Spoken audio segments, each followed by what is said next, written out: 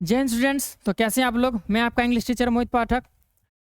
पिछले क्लास में हम लोग क्या था, भर फॉर्म का चर्चा किए थे। तो आज क्या हुआ था, वो भर फॉर्म का पार्ट 1 था। आज क्या होगा, 2 होगा। ठीक है, उसके बाद फिर एक और पार्ट आएगा, पार्ट 3। क्योंकि मैंने क्या किया, ज़्यादा कुछ नहीं, 6 रूल को जो इजी में जो भर फॉर्म जो चेंज होगा उसमें मैंने क्या किया, 6 रूल में तो थोड़ा तैयार किया। तो 6 रूल में क्या करना है, कुछ नहीं, पहले 2 बता दिए, आज फिर 2 क्लियर हो जाएगा। ठीक है, तो पहले थोड़ा सा रिवीजन कर लेते हैं। रिवीजन में ये होगा कि हम लोग क्या किए थे, भर फॉर्म पढ़े थे। भर में हमारा क्या होता है, 2 होता है। क्या होता है हमारा भर फॉर्म का, कितना होता है, 2।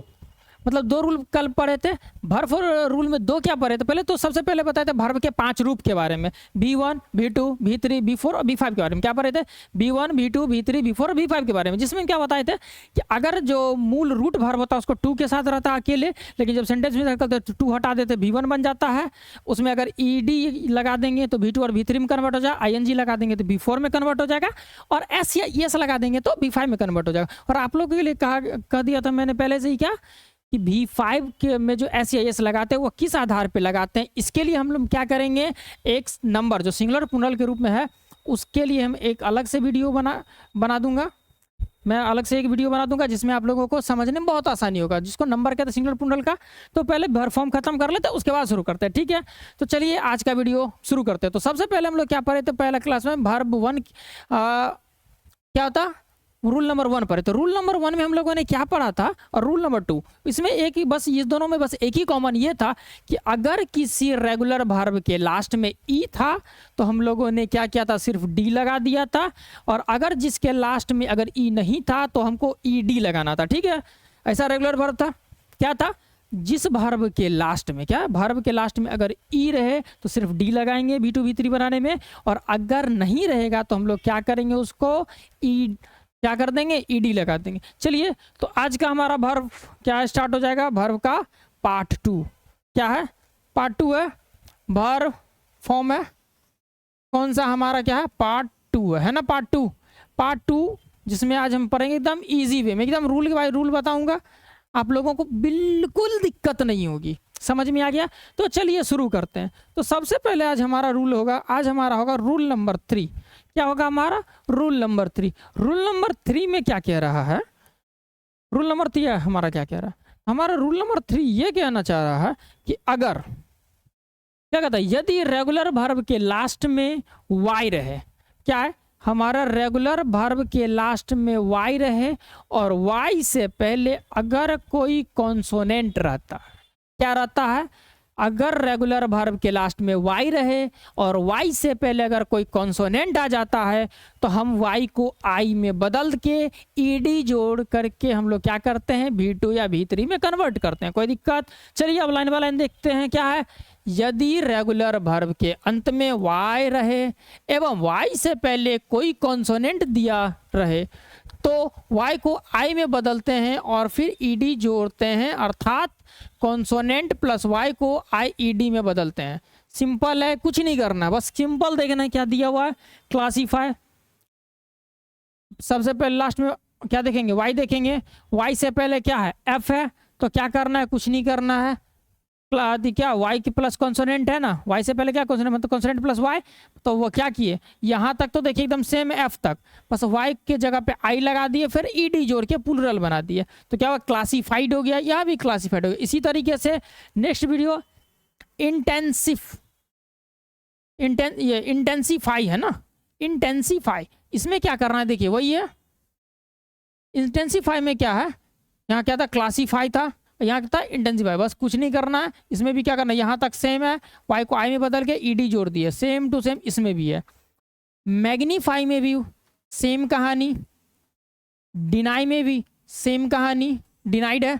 कुछ नहीं करना, बस सिंपल देखना है हमारा, क्या है, सिंपल देखना, ज़्यादा कुछ एकदम सिंपल। क्या है, कॉन्सोनेंट प्लस वाई, क्या है, consonant plus Y. Consonant plus Y रहेगा तो वाई को हटाएंगे, आई के जगह वाई को हटा के वाई की जगह आई लिख देंगे, उसके बाद ED जोड़ के क्या कर देंगे, प्लूरल बना, सॉरी B2 और B3 बना देंगे। प्लूरल इसीलिए मुंह से निकल गया क्योंकि एक तो मिलता जुलता रूल नंबर में भी लिखाएंगे, इसीलिए थोड़ा सा निकल गया।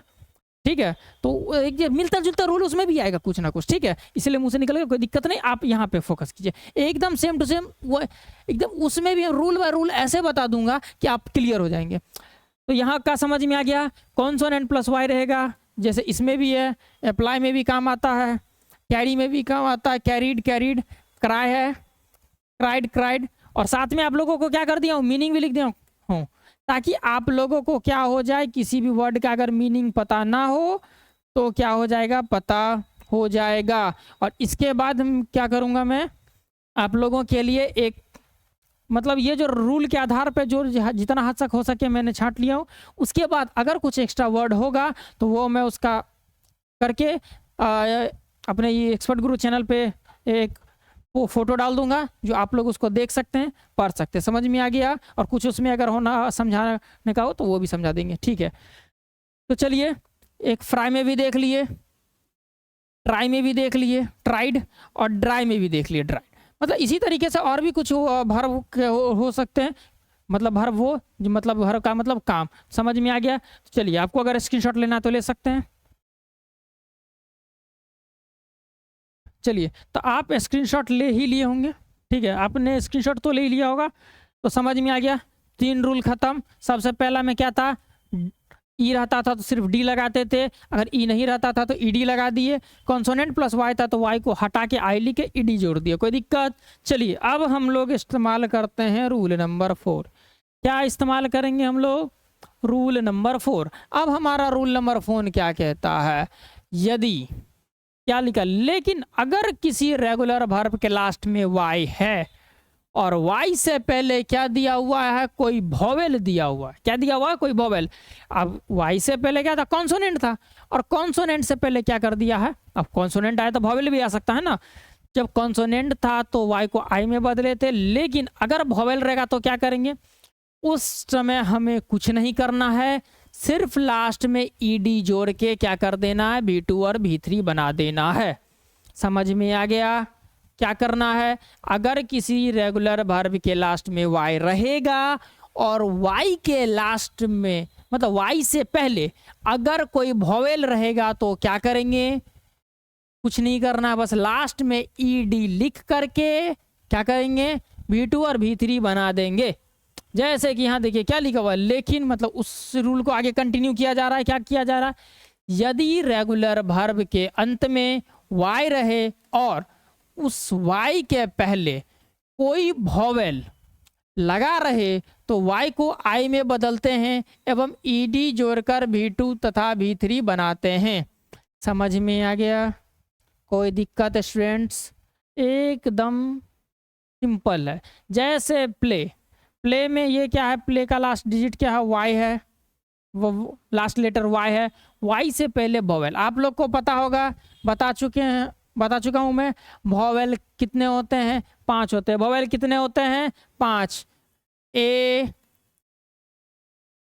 ई आई ओ और यू, कोई दिक्कत, ए ई आई ओ यू, ये 5 वोवेल होते हैं। तो इस 5 वोवेल में से यहाँ देखिए ए है क्या, vowel plus Y, vowel plus Y, vowel plus Y, vowel plus Y, vowel plus Y और वोवेल प्लस वाई, मतलब ये जितने वर्ड है सबके लास्ट में क्या है, वोवेल प्लस वाई। तो जैसे ही वोवेल के प्लस वाई आ गया तो क्या करते हैं, ईडी जोड़ करके क्या बनेंगे, V2 और V3 बना देंगे। यहाँ देखिए है, V2 और V3 बना दिए, V2 और V3 बनते चला गया, V2 और V3 बनता हुआ चला गया। इसमें भी साफ साफ का मीनिंग दिया गया है, प्ले खेलना, स्टे ठहरना, डिस्प्ले प्रदर्शित करना, प्रे प्रार्थना करना, डिस्ट्रॉय बर्बाद करना, एनॉय रंज करना, मतलब थोड़ा सा हंसी मजाक जो होता है वो, रंज करना मतलब थोड़ा सा परेशान करना, रंज करना परेशान करना, एंजॉय मतलब खुशी मनाना।